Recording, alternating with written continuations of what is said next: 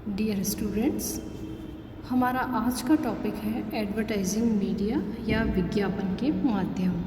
जैसे कि इससे पहले हम डिस्कशन कर चुके हैं कि एडवर्टाइजिंग का मीनिंग क्या है, साथ ही साथ फीचर्स क्या है, क्या इसके बेनिफिट्स हो सकते हैं, इम्पोर्टेंस, नेचर, ये टॉपिक्स हम ऑलरेडी कवर कर चुके हैं। और आज हम देख रहे हैं एडवर्टाइजिंग मीडिया क्या है या विज्ञापन का माध्यम क्या है। तो विज्ञापन के माध्यम जन समुदाय को संदेश पहुंचाने के वे साधन हैं जिनके द्वारा एक बिजनेसमैन अपने गुड्स या सर्विसेज के सेल के लिए एडवर्टीज़मेंट करता है।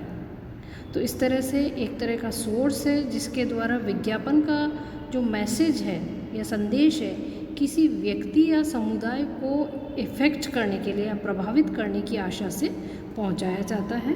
So that is the meaning of advertising media. अब विज्ञापन के माध्यम का चुनाव कैसे किया जाना चाहिए, कि कैसे पता लगे कि बेहतर विज्ञापन लोगों तक पहुंच रहा है या नहीं पहुंच रहा है। तो इसके लिए एक बहुत बड़ा इम्पॉर्टेंट क्वेश्चन ये उठता है कि विज्ञापन का कौन सा माध्यम प्रयोग में लाया जाए। तो इस क्वेश्चन का आंसर किसी विज्ञापन के माध्यम का नाम लेकर नहीं दिया जा सकता है, और नई एडवर्टीज़मेंट के माध्यम के सिलेक्शन में कोई पर्टिकुलर फॉर्मूला यूज़ होता है, बल्कि विज्ञापन का उद्देश्य जनरल पब्लिक को प्रभावित करना होता है, अट्रैक्ट करना होता है। और जन सामान्य कभी भी सेम ट्रेंड, फीलिंग्स, विचारों से या कल्चर से या इच्छाओं वाला नहीं हो सकता है, क्योंकि ह्यूमन बिहेवियर चेंजेबल होता है। तो कस्टमर खुद एक ह्यूमन बीइंग है, तो उसका बिहेवियर डिफरेंट तरह का होता है अकॉर्डिंग टू द सिचुएशन। उसका नेचर चेंज होता रहता है, उसकी टेस्ट चेंज होता रहता है, फैशन चेंज होता रहता है, उसकी इच्छाएं चेंज होती रहती है। तो एडवर्टीज़मेंट के साधन या मीडिया के सिलेक्शन में भी कुछ बातों का ध्यान में रखना ज़रूरी है।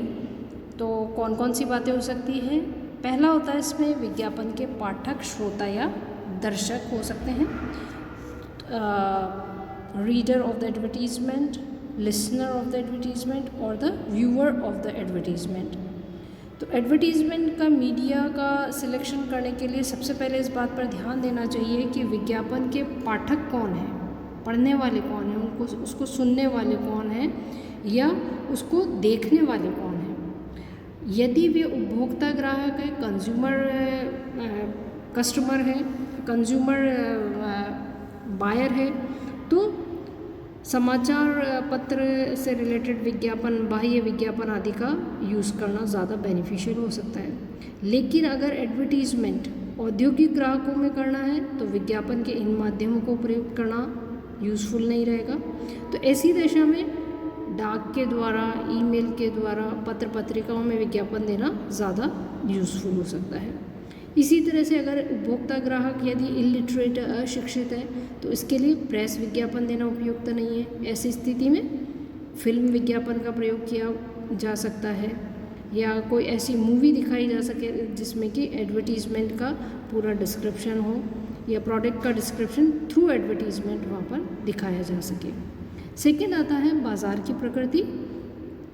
बाज़ार की प्रकृति को भी विज्ञापन के साधनों के चुनाव में बहुत अति आवश्यक रूप से ध्यान रखना ज़रूरी है, क्योंकि किसी वस्तु का बाज़ार संपूर्ण देश अगर है तो राष्ट्रीय स्तर पर एडवर्टीज़मेंट करना होगा। लेकिन अगर बाज़ार की प्रकृति किसी पर्टिकुलर स्थान विशेष तक ही है, सीमित है, लिमिटेड है, तो उसमें वहाँ पर हो सकता है कि रेडियो स्टेशन यूज़ किया जाए या समाचार, लोकल समाचार पत्र में एडवर्टीज़मेंट दे दिया जाए, तो ये इम्पोर्टेंट हो सकता है। नेक्स्ट आता है संदेश की प्रकृति, नेचर ऑफ मैसेज। तो विज्ञापन के माध्यम के चुनाव के समय संदेश की प्रकृति भी ध्यान में रखना बहुत ज़रूरी है। जैसे कि उनके अनुसार कई भागों में बांटा जा सकता है, जैसे कि लंबे संदेश हो सकते हैं, अर्जेंसी वाले हो सकते हैं। इसी प्रकार हो सकता है कि ग्राफ या चित्र का प्रयोग किया जाएगा या नहीं, ये भी डिसाइड करना पड़ेगा। और इसके साथ ही साथ कई बार ये होता है कि चित्र या ग्राफ का प्रयोग संभव नहीं हो पाता, तो उस केस में किस तरह का एडवर्टीज़मेंट वहाँ पर प्रिपेयर किया जाएगा, ये भी सोचना एक इम्पॉर्टेंट फैक्टर हो सकता है। माध्यम की प्रतिष्ठा, रेपुटेशन ऑफ मीडिया, एक समाचार पत्र पत्रिका की प्रतिष्ठा का अनुमान करके उसके पाठकों की संख्या, एडिटोरियल या संपादकीय इसमें दिए जाने वाले विज्ञापनों के आधार पर लगाया जा सकता है। तो इसी प्रकार से विज्ञापन के अन्य माध्यमों की प्रतिष्ठा का भी अनुमान लगाया जा सकता है।